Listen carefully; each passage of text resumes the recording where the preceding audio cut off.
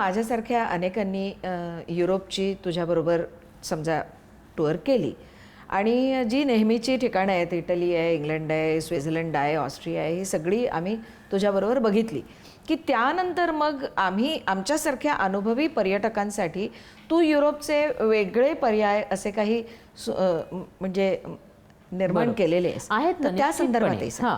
म्हणजे युरोप करताना आम्ही जशा आवडीनिवडी लक्षात घेतले तसंच एक की साधारणपणे 3 देश, 4 देश, 8 देश, 10 देश, 11 देश, 15 देश, 13 देश, अगदी याप्रमाणे आम्ही सगळी वर्गवारी केलेली. हे जे सगळे आहेत ह्या सगळ्या आम्ही मल्टी कंट्री टूर्स म्हणतो. म्हणजे मल्टी कंट्री का, तर ज्यांना एकदाच युरोपला जायचं आहे किंवा एकदा हा युरोपचा एक नेहमीचा इंडियन मंडळींना आवडणारा असा जो भाग आहे तो त्यांना बघायचा आहे, अशासाठी आम्ही ह्या मल्टी कंट्री टूर्स केलेले आहेत आणि त्याला खूप प्रतिसाद मिळतो. म्हणजे खूप पॉप्युलर आहेत या टूर्स. ज्याप्रमाणे तुमचं बजेट आहे, ज्याप्रमाणे तुमच्याकडे वेळ आहे, त्याप्रमाणे पर्यटक त्याची निवड करतात. सो त्याच्यात कशात ईस्टर्न युरोप आहे, कशात स्कॉटलंड आहे, कशामध्ये स्पेन आणि ह्याचा भाग आहे, अशा तऱ्हेच्या त्या वेगवेगळ्या टूर्स आहेत. बरं. त्याच्यानंतर ज्यांना असं आहे की आम्ही बाबा युरोपला किमान 2 वेळा जाऊ किंवा 3 वेळा जाऊ, तर त्यांना आम्ही सांगतो की तुम्ही वेगवेगळ्या टूर्स करा. म्हणजे तुम्ही फक्त स्वित्झर्लंड, पॅरिस, लंडन किंवा स्वित्झर्लंड, पॅरिस, इटली अशा तऱ्हेच्या एक 3 देशांच्या किंवा 4 देशांच्या टूर एका वेळी करा. आणि प्रत्येक वेळी आम्ही तुम्हाला वेगळं पॉकेट देतच आहोत. म्हणजे तुमचा जर हा भाग झाला असेल तर पुढच्या वेळी आमच्याकडे नुसतं स्पेन आणि इटली अशी पण टूर आहे. त्याच्यामुळे तुम्ही त्या तऱ्हेने तुमचं प्लॅनिंग करू शकता की यावर्षी आम्ही स्पेन, इटली करू, पुढच्या वर्षी आम्ही फक्त स्वित्झर्लंड करू, त्याच्या पुढच्या वर्षी आम्ही पॅरिस आणि लंडन करू. म्हणजे तुम्ही ज्या तऱ्हेने टूर करणार आहात त्या तऱ्हेने सुद्धा त्याचे भाग केलेले आहेत. सो या सगळ्या टूर्स आहेत ह्या कॉमन प्रकारात येतात की पहिल्यांदा जर युरोप बघायचा असेल तर आधी या कंट्री बघितल्या पाहिजेत, कारण हा एक क्लायमॅक्स आहे युरोपचा. इटली काय, स्वित्झर्लंड काय, पॅरिस काय किंवा लंडन, म्हणजे जरी UK वेगळं असलं तरी लंडन हा म्हणजे क्रीम ऑफ युरोप असं म्हणता येईल असं आहे. त्याच्यामुळे पहिल्यांदा तिथे जावं. त्याच्यानंतर मग तुम्ही जेव्हा दुसऱ्या वेळी युरोपला जायचं म्हणता त्यावेळी एक तर ह्या राहिलेल्या तुकड्यांमधलं तुम्ही कॉम्बिनेशन कसंही प्लॅन करू शकता. आणि मी जर असं पर्यटकांना म्हणेन की तुम्ही ज्या वेळी असा विचार करता त्यावेळी तुम्ही आजच ठरवा की मी पुढच्या एक 10 वर्षात 5 वेळा युरोपला जाणार आहे. पहिल्या वर्षी मी हा भाग बघणार आहे, दुसऱ्या वर्षी मी हा भाग बघणार आहे, तिसऱ्या वर्षी मी हा भाग बघणार आहे. त्यामुळे काय होईल, ही सवय ॲक्च्युली आपल्याकडे येणाऱ्या फॉरेन टुरिस्टना किंवा जगात इतरत्र फिरणाऱ्या फॉरेन टुरिस्टना असते. त्यांच्याकडे लिस्टच तयार केलेली असते की मी पुढच्या 10 वर्षात माझं पर्यटन कसं करणार. आणि त्याप्रमाणेच आपण सुद्धा युरोप, कारण मला अजिबात शंका नाही, म्हणजे तुम्ही पण माझ्याशी सहमत व्हाल, तुम्ही पण युरोपला जाऊन आलेला आहात, की युरोप हे अक्षरशः ड्रीम डेस्टिनेशन आहे. म्हणजे भूतलावरचा जो स्वर्ग आहे तो म्हणजे युरोप असं म्हणता येईल. इतकं म्हणजे असंख्य वेळा मी गेलेले आहे तरीसुद्धा युरोपविषयीचं प्रेम कमी झालेलं नाही. सो हा जो युरोप आहे तो जर बघायचा असेल तर जर प्लॅनिंग केलं तर तो व्यवस्थित बघता येईल. वीणा, खूप महत्त्वाचा मुद्दा मांडलेला आहेस की पर्यटकानं आर्थिक नियोजन तर केलंच पाहिजे, पण आपण पुढच्या 10 वर्षामध्ये कुठं कुठं जाणार आहोत, जाऊ शकतो या दृष्टीनं सुद्धा त्यांनी स्वतःच्या कल्पनेमध्ये या सगळ्या टूर्सचं प्लॅनिंग केलं पाहिजे, ज्याच्यामध्ये वीणा वर्ल्ड त्यांना मार्गदर्शन करत आहे. निश्चित पण आलं. पण आता बघा, युरोपचे सगळे इतके देश, त्या देशातनं जायचं म्हटल्यानंतर व्हिजा आला. व्हिजा आला म्हणजे 10 प्रकारची कागदपत्रं आली. त्या कागदपत्रासाठी धावाधाव आली. त्यांच्या स्पेसिफिकेशनप्रमाणे ते फोटो काढणं आलं. आणि ह्या सगळ्या कटकटींमध्ये ना पर्यटक आधी नाउमेद होतो. तर असं एक मला विचारायचं आहे तुला की वीणा वर्ल्डच्या माध्यमातून हे सगळं सुनियोजितपणे करता यावं यासाठी पर्यटकांना तुम्ही लोक काही मार्गदर्शन करता का? निश्चितपणे. म्हणजे पर्यटकांनी टूरला बुकिंग केलं की आमचं काम संपलं असं होत नाही. खरं तर काम तिथून सुरू होतं. बरोबर आहे. आणि काम कसं सुरू होतं तर या सगळ्या टूर्सना व्हिसा ही महत्त्वाची गोष्ट आहे.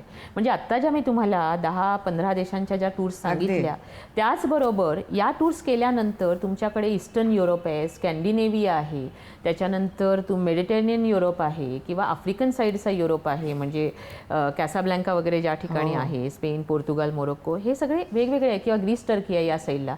ह्या सगळ्या गोष्टी तुम्ही जेव्हा बघणार आहात तेव्हा सगळ्यात महत्त्वाची गोष्ट आहे ती म्हणजे व्हिसा. आणि व्हिसा म्हटलं ना की पर्यटक आधी घाबरून जातो. खरोखर कंटाळा येतो. म्हणजे आणि त्याच्या आधी आणखी लागतं ते म्हणजे कारण बरीचशी मंडळी पहिल्यांदा जात असतात, परदेशात प्रवासालाच जात असतात आणि युरोपने सुरुवात करतात. तर अशा वेळी पासपोर्ट हा महत्त्वाचा असतो. म्हणजे आधी पासपोर्ट काढणं, त्याच्यानंतर विजा काढणं, ती एवढी डॉक्युमेंटेशन आणि डॉक्युमेंट्स गोळा करणं हे खरोखर कटकटीचं काम वाटतं प्रत्येकाला. पण ना मला असं सांगावंसं वाटतंय सगळ्यांना की विजाची काळजी अजिबात करू नका. विजा म्हणजे काय आहे किंवा कशा तऱ्हेने दिला जातो, तर आपण ज्या देशाला भेट देणार आहोत त्या देशाने आपल्याला दिलेली परवानगी म्हणजे VISA ह्याचा अर्थ जर म्हटला तर visitor intending to stay abroad असा विजाचा अर्थ आहे. म्हणजे ज्याला बाहेरच्या देशात जाऊन राहायचंय, आपण टुरिस्ट म्हणून जातो त्यामुळे आपण अमुक एका कालावधीसाठी जातो, त्या दिवसांमध्ये तिथे राहण्यासाठी त्या देशाने दिलेली परमिशन, त्याच्यासाठी त्यांचे काही नॉर्म्स आहेत, त्यांचे काही रेग्युलेशन्स आहेत आणि त्याप्रमाणे आपल्याला ते कागदपत्र द्यावे लागतात. आता त्याची धास्ती का बाळगायची नाही, तर आपण टुरिस्ट म्हणून जातोय. प्रत्येक देशाला टुरिझम हे मोठं उत्पन्न मिळवून देते. त्यामुळे तिथलं कॉन्स्युलेट्स किंवा तिथले कॉन्स्युलर्स ह्यांचा कधीही असा विचार नसतो की समोरच्या माणसाला मी विजा देणार नाही. उलट ते तुम्हाला वेलकम करतायत, ते तुम्हाला वेलकम करायला तयार आहेत. पण आज प्रत्येक देशामध्ये अनऑथोराइज पॉप्युलेशन इतकी वाढलेली आहे की प्रत्येक देशाला त्याचा त्रास आहे आणि त्याच्यामुळे प्रत्येक माणसाचे कागदपत्र चेक करणं हे त्यांचं काम आहे. रादर ही त्यांच्या देशाची जबाबदारी आहे आणि त्याच्यामुळे मग सगळ्यांचेच पेपर हे चेक करायला लागतात. म्हणजे आता त्यात असं होतं की कॉन्स्युलेट्सना माहीत असतं की कोणत्या संस्थांकडनं आलेली माणसं ही जेन्युइन असतात, पण त्याच्या आधारे म्हणजे तुम्ही वीणा वर्ल्डकडनं गेलात तर तुम्हाला विजा लगेच दिला जाईल असं नाही. कागदपत्र ते चेक करणारच. म्हणजे we trust but we verify हा जो प्रकार आहे हा निश्चितपणे तिथे केला जातो. त्याच्यामुळे आपण जर ऑर्गनाइज्ड राहिलो तर आपल्याला विजा मिळायला काहीच प्रॉब्लेम येत नाही. आता युरोपच्या बाबतीत आयत्या वेळेला विजा नाकारण्यात आला तर वीणा वर्ल्ड काही मदत करेल की नाही? म्हणजे ते पण मी तुम्हाला सांगते. पण नॉर्मली असं असतं की युरोपच्या सहलीला जाताना 2 किंवा 3 विजाच करावे लागतात. जनरली ज्या जनरल टूर्स आहेत त्यांना 2 विजा करावे लागतात. एक करावा लागतो तो म्हणजे युकेचा, इंग्लंडचा विजा करावा लागतो आपल्याला, युनायटेड किंगडमचा. आणि दुसरा विजा असतो हा शेंजन विजा असतो. आता हा शेंजन विजा जो असतो हा 25 कंट्रीजचा एकत्र मिळून आहे. म्हणजे तुम्ही युरोपमध्ये हा एक विजा मिळवला की युरोपमध्ये त्या कंट्रीजमध्ये फिरू शकता. त्याच्यातही थोडासा नियम आहे. म्हणजे आज जर तुम्ही समजा जर्मनीत जाणार असलात तर तुम्हाला जर्मनचा विजा घ्यावा लागतो, किंवा तुम्ही जर्मनीला जाताय, जर्मनीला शेंजन विजा लागतो, पण तो तुम्ही इटलीतनं नाही काढू शकत. ज्यावेळी आपण वेगवेगळ्या कंट्रीजना भेट देणार असतो त्यावेळी तुम्हाला तो विजा कोणत्याही कॉन्स्युलेटमधनं तुम्ही व्हिजिट करणार असणाऱ्या कॉन्स्युलेटमधनं काढता येतो. मग त्याच्यात त्यांचा रूल काय आहे की तुम्ही एंट्री ज्या ठिकाणी करताय, ज्या देशामध्ये ह्या शेंजन कंट्रीज आहेत सगळ्या 25 कंट्रीज त्या एका विजामध्ये ज्या मिळतात, त्या कंट्रीजमध्ये तुम्ही कोणत्या कंट्रीमध्ये पहिल्यांदा जाणार आहात त्या कंट्रीचं कॉन्स्युलेटमधनं तुम्हाला तो विजा घ्यावा लागतो. किंवा दुसरं असं आहे की जर तुम्ही समजा फ्रान्स, त्याच्यानंतर इटली आणि स्वित्झर्लंड अशा ठिकाणी जाणार असाल तर तिथे जास्तीत जास्त स्टे कोणत्या देशात आहे त्या कॉन्स्युलेटमधनं तो विजा काढायचा असतो. ह्या सगळ्या गोष्टी ह्या तुम्हाला लक्षात ठेवण्याची गरज नाही. आमच्या प्रत्येक टूरप्रमाणे आमचं ठरलेलं असतं की या टूरचा विजा हा आपण नियमाप्रमाणे कोणत्या देशाच्या कॉन्स्युलेटमधनं काढू शकतो. ती सगळी जबाबदारी आमची असते. त्याच्यामुळे विजा कसा होणार ह्याची काळजी तुम्ही अजिबात करायची नाही. विजा करून घेण्यासाठी जी काही फॅसिलिटी अवेलेबल करावी लागते ती करण्यासाठी आम्ही संपूर्ण मदत करतो. पण विजा देणं किंवा विजा नाकारणं हे त्या कॉन्स्युलेटवर अवलंबून असतं आणि तुमच्या पेपर्सवर अवलंबून असतं. आत्तापर्यंतच्या अनुभवाने आत्तासुद्धा आपले बरेचसे पर्यटक युरोपला जाऊन आले आणि त्याच्यात विजासाठी हार्डली 1-2 केसेसना त्यांनी इंटरव्ह्यूला बोलावलं. अदरवाईज विजाज व्यवस्थित झाले. त्यासाठी तुम्हाला ज्यावेळी आम्ही विजाचं एक डॉकेट देतो, विजाचं एक फोल्डर आम्ही तुम्हाला देत असतो, त्या विजाच्या फोल्डरवर दिलेल्या ज्या काही सूचना आहेत ह्या सूचनांचं पालन करणं खूप गरजेचं आहे. म्हणजे काय होतं की त्याप्रमाणे जर तुम्ही केलं, त्याप्रमाणे तुमचे फोटोज असले, त्याप्रमाणे तुमचे डॉक्युमेंट्स असले, त्याप्रमाणे तुमची बँक स्टेटमेंट्स असली, बरोबर, ह्या सगळ्या गोष्टी जर असल्या ना तर तुम्हाला विजा मिळायला खरोखर काहीही प्रॉब्लेम येणार नाही. म्हणजे वीणा, एक गोष्ट अगदी पक्की आहे की आपल्याला काही गोष्टींचा कंटाळा आला तरीसुद्धा आपल्याला जर परदेश पर्यटन करायचं असेल आणि त्यात कुठेही अडचण येऊ नये असं वाटत असेल तर तुम्ही जे नॉर्म्स आणि गाईडलाईन्स दिलेले आहेत त्यांचा निश्चितपणे अभ्यास करून तुमचं मार्गदर्शन घेऊन त्याप्रमाणे पर्यटकांनी तयार राहणं हो. हे महत्त्वाचं आहे. अगदी. पण वीणा, मला आणखी एक छोटंसं तुला विचारावंसं वाटतं की वीणा वर्ल्ड ही तशी आत्ता उदयाला आलेली संस्था आहे. मग ह्या सगळ्या वेगवेगळ्या देशांच्या कॉन्सुलेट्स किंवा हॉटेलियर्स किंवा तुमचे तिकडली सगळी ट्रान्सपोर्टर्स आहेत, ह्या सगळ्यांचं तुला म्हणजे तुम्हाला सहकार्य खूप चांगलं मिळेल का? निश्चितपणे. कसं आहे की वर्ल्ड ओव्हर टुरिझम इंडस्ट्री एवढी मोठी आहे आणि काही काही देश तर टुरिझमवर जगतायत हे आपण पाहिलं आहे. पण जरी ही एवढी मोठी इंडस्ट्री असली तरी इथे पर्सन बेस्ड आणि नेटवर्क बेस्ड कामं चालतात. बरं. म्हणजे आज मी किंवा सुधीर पाटील किंवा सुनीला पाटील यांचे संबंध ह्या बाहेरच्या जगाशी कसे आहेत त्याच्यावर त्यांच्याही सर्व्हिसेस अवलंबून असतात. खरं. आणि त्या बाबतीत अभिमानाने आणि आनंदाने मी सांगू शकेन की सुधीर पाटील, सुनीला पाटील, मी आमचे संबंध या संपूर्ण जगाशी अशा तऱ्हेने चांगल्या तऱ्हेने आम्ही मेंटेन केलेले आहेत किंवा तो आमचा स्वभावच आहे. कारण आज माणसं काय करू शकतात हे वीणा वर्ल्डने दाखवून दिलं आहे. आणि त्याचप्रमाणे माणसं ही फार महत्त्वाची आहेत आणि माणसांचं नेटवर्क हे फार महत्त्वाचं आहे. आणि हे नेटवर्क जेवढं स्ट्रॉंग असेल तेवढा तुमचं कोणतंही काम हे सोपं होत जातं. आणि त्याच्यामुळेच आज आम्हाला अगदी नवीन संस्था असली, जवळजवळ आता एक 400 मंडळी युरोपला जाऊन आलेली असली तरीही आम्हाला विजाच्या बाबतीत प्रॉब्लेम झाला नाही. आम्हाला कुठेही बाहेर म्हणजे लंडनपासून ते रोमपर्यंत आणि स्पेनपर्यंत कुठेही आम्हाला कोणत्याही बाबतीत त्रास झाला नाही. त्याचं कारण आमची ही इतक्या वर्षांची सगळी काम करणारी असोसिएट मंडळी ज्यांनी वेलकम केलं वीणा वर्ल्डला अगदी पहिल्याच ह्याच्यात. कालच मला आमच्या टूर मॅनेजरचा मेसेज आला. काल ते जुंगफ्रॉ म्हणून एक ठिकाण आहे स्वित्झर्लंडला, त्या ठिकाणी ते गेले होते आणि त्या लोकांनी त्यांना इतकं वॉर्म वेलकम दिलं आहे की लोकसुद्धा अवाक झाले की वीणा वर्ल्डला एवढं मोठं आणि मानाचं स्थान स्वित्झर्लंडमध्ये आहे. सो कंपनी जरी नवीन असली तरी कंपनी चालवणाऱ्या माणसांचा एक जो ट्रॅक रेकॉर्ड असतो तो इतका चांगला आहे, इतकं नेटवर्क चांगलं आहे की इथे कोणताही प्रॉब्लेम येणार नाही. आणि हे मी नुसतं बोलत नाही, तर गेल्या 5 महिन्यामध्ये ऑलरेडी ते आम्ही प्रूव्ह करून दाखवलेलं आहे. वीणा, आणखी एक गोष्ट मला सांग की काही हॉटेल्सची नावं सांगू शकतेस का तू? निश्चितपणे. म्हणजे मगाशी मी म्हटलं तसं हॉटेल्स ही चांगलीच असणार आहेत कारण तुम्ही परत यावं ही आमची इच्छा आहे. साधारणपणे आम्ही युरोपच्या टूरला जी हॉटेल्स वापरतो ती नोवोटेल, त्याच्यानंतर मर्क्यूर, हॉलिडे इन एक्सप्रेस, त्याच्यानंतर बेस्ट वेस्टर्न प्लस, आयबिस, अशा तऱ्हेची ही हॉटेल चेन्सची हॉटेल वापरतो. त्यामध्ये रमाडा येतं किंवा आणखी काही. युरोपमध्ये कसं आहे, युरोपमध्ये काही बुटीक हॉटेल्स आहेत किंवा काही फॅमिली रन हॉटेल्स आहेत आणि ती अतिशय सुंदर आहेत. म्हणजे त्या एकदम अशा सुंदर निसर्गरम्य ठिकाणी एखादी फॅमिली एक छोटं हॉटेल चालवत असते. आपल्याला साधारण प्रत्येक टूरला 20 रूम्स लागतात. तर ह्या रूम्स त्यांच्या हॉटेलमध्ये फिट बसतात आणि आपण अक्षरशः त्या युरोपच्या अशा रम्य ठिकाणी त्या ठिकाणी राहत असतो. म्हणजे आम्ही ही इंटरनॅशनल चेनवाली हॉटेल वापरतोच, पण ज्या ठिकाणी काही चांगली हॉटेल्स अशी जर निसर्गरम्य स्थळी मिळाली तर ती पण आम्ही त्या ठिकाणी घेत असतो. पण मला एक सांग की जेव्हा परदेशामध्ये पर्यटक तुमच्या भरोशावर जातात, देश वेगळा, भाषा वेगळी, तिथलं वातावरण वेगळं, तिकडले शिष्टाचार वेगळे, संकेत वेगळे आणि आपण परक्या देशात हिंडत असताना अचानक कुठली अडचण येऊ शकते. अशा वेळेला पर्यटकाचा सगळा भरवसा असतो तो तुमच्या टूर मॅनेजर्सवर. आता वीणा वर्ल्ड तशी तुलनेनं नवीन संस्था आहे. तुमचे टूर मॅनेजर्स पण नवीनच असतील. त्यांना तेवढा अनुभव आहे का की अनपेक्षितपणे जर एखादा काही प्रसंग उभा राहिला तर त्याला ते सक्षमतेनं तोंड देऊ शकतील का? कारण सगळीकडे वीणा पाटील, सुधीर पाटील, सुनीला हे पोहोचणार नाही आहेत. अगदी बरोबर प्रश्न विचारला. कारण मला असं वाटतंय की प्रत्येक पर्यटकाच्या मनात हा प्रश्न असेल. अगदी खरं आहे. आणि मला असं सांगावं असं वाटतंय की वीणा वर्ल्ड हे काही आम्ही फक्त प्रमोटरनी उभं केलेलं नाही आहे.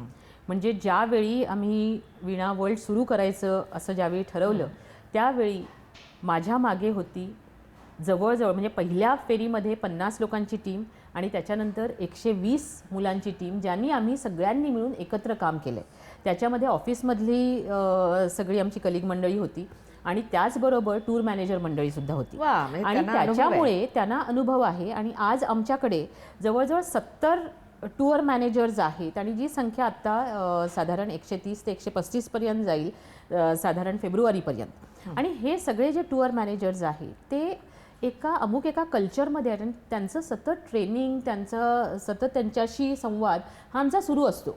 आणि काय होतं की तो संवाद साधल्यामुळे किंवा आजपर्यंतचा त्यांच्याशी असलेला अगदी जवळचा संवाद हा आज कारणी आलेला आहे. कारण आज ज्यावेळी वीणा वर्ल्ड नवीन झालं त्यावेळी त्यांना वीणा वर्ल्डमध्ये ॲक्च्युली पुन्हा नव्याने काम सुरू करायचं होतं.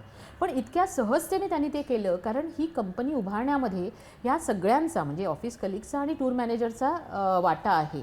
आणि त्याच्यामुळे हे आपलं आहे अशा तऱ्हेची ती एक भावना आहे. त्याच्यामुळे आज इतक्या टूर्स आम्ही केल्या म्हणजे आजसुद्धा आजच्या क्षणी जवळजवळ 40 सहली ह्या सगळ्या ठिकाणी फिरतायत. म्हणजे त्याच्यात ऑस्ट्रेलियामध्ये सहली आहेत, युरोपमध्ये आहेत, न्यूझीलंडमध्ये आहे, त्याच्यानंतर चायनामध्ये आहे, साऊथ ईस्ट एशियामध्ये तर खूप सहली आहेत आणि काश्मीर, केरळ, कुलू मनाली, राजस्थान इथे भरपूर टूर्स आहेत, नेपाळमध्ये टूर्स आहेत.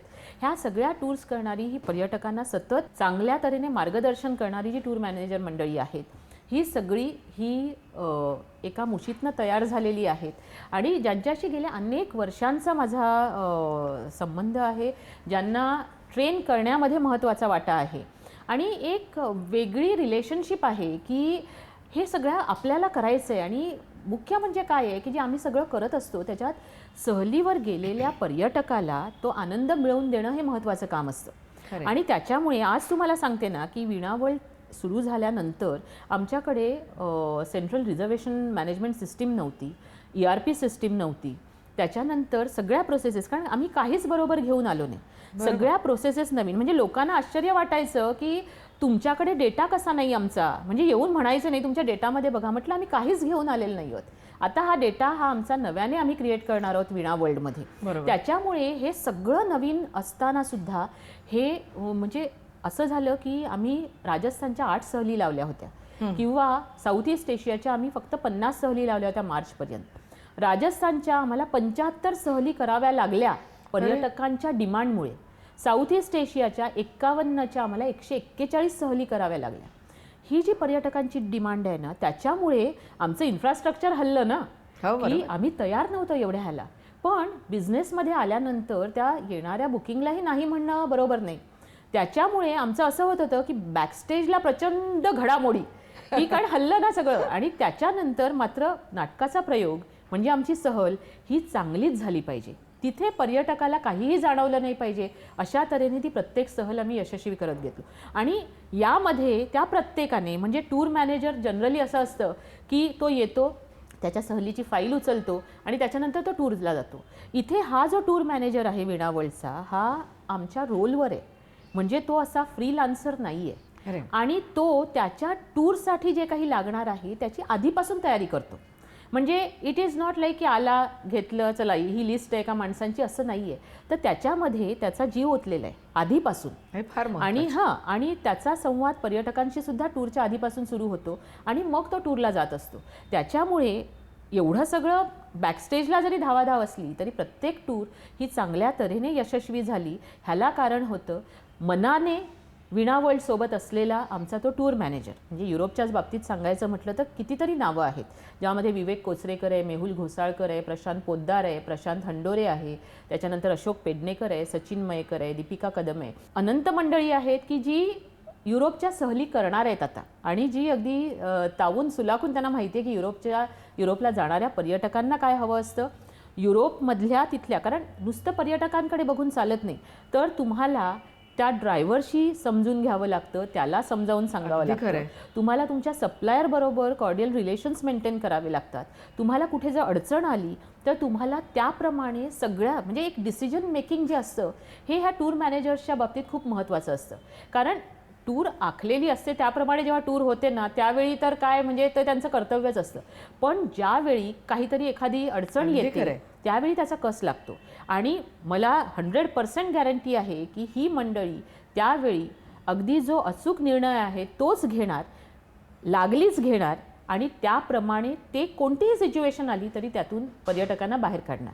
कारण शेवटी सिच्युएशन काय येईल हे आमच्या हातात नाही आहे, त्या टूर मॅनेजरच्याही हातात नाही आहे. पण त्या सिच्युएशनमधनं बाहेर कसं यायचं ह्याच्यासाठी तो अगदी तयार आहे आणि मला कल्पना आहे आणि त्याने अनेकदा दाखवून दिलेलं आहे की तो ह्या सगळ्या परीक्षेला अगदी पूर्ण 100% पास होणार. आता परदेश प्रवास म्हटलं की परकीय चलनाचा प्रश्न आलाच. तर आता हे परकीय चलन तुम्ही पर्यटकांना उपलब्ध करून देता की त्यांनी आणखी कुठेतरी जायचं असतं? मुळामध्ये आधी रुपये आणि डॉलर असं 2 रूपामध्ये आम्ही तुम्हाला का द्यायचं? तुम्ही भारतीय, आम्ही भारतीय, मग सगळं रुपयात का नाही घेऊन टाकत एकदा? अगदी महत्त्वाचं आहे. म्हणजे मी जर पर्यटक असते आणि मला जर या टेक्निकल गोष्टी माहीत नसत्या तर मी पण असा विचार केला असता की का आम्हाला त्या जसं विजाचं जसं टेन्शन येतं तसं कधी कधी त्या फॉरेन एक्सचेंज या गोष्टीचं टेन्शन सुद्धा पर्यटकांना येतं.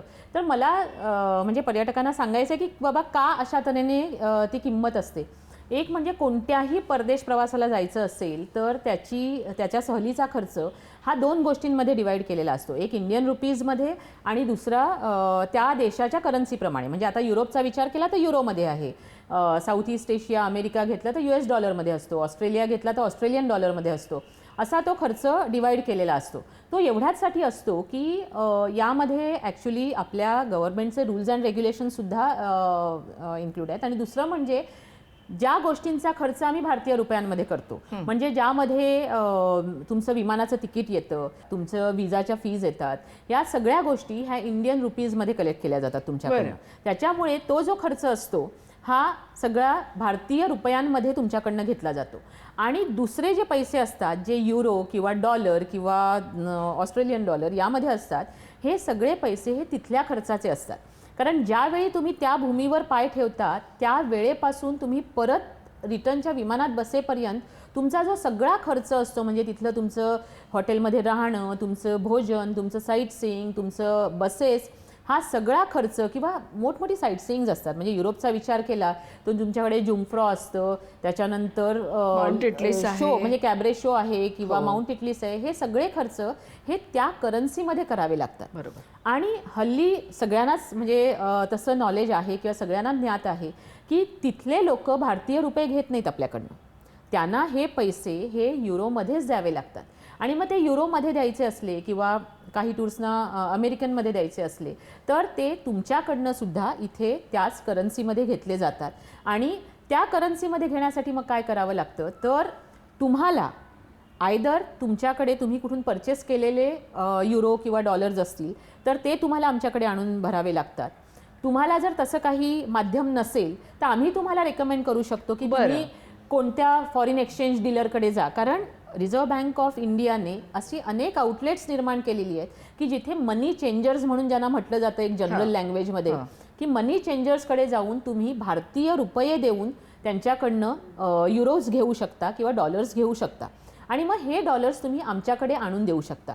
आता हे करताना एकच करायचं की तुम्ही ते डॉलर्स जिथून घेतले असतील त्याची एक रिसीट आमच्याकडे द्यायची असते. पण म्हणजे त्यांच्याकडे जाऊन घ्यायला पाहिजेत आम्हाला? हां, कोणीही. सी आता तुमचं जर कुणी बँकेत असेल किंवा आणखी कुठे असेल तर त्यांनाही बरोबर माहिती असतं की कुठून ते पैसे मिळू शकतात, बँकवाल्यांना त्याच्यात कन्सेशन मिळू शकतं.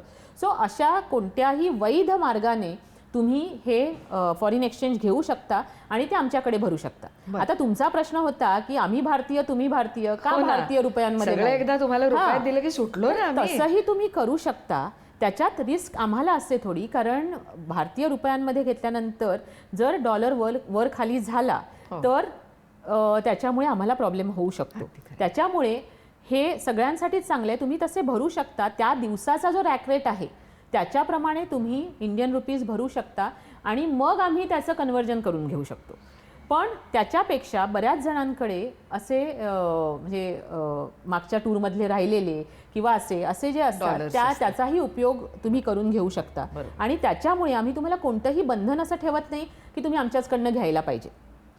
तुम्ही कोणत्याही ठिकाणहून हे डॉलर्स म्हणजे वैध मार्ग, परत मी म्हटलं तसं की चांगल्या ठिकाणून चांगल्या फॉरेन एक्सचेंज डीलरकडून तुम्ही हे पैसे घ्या आणि ते पैसे आमच्याकडे आणून भरा.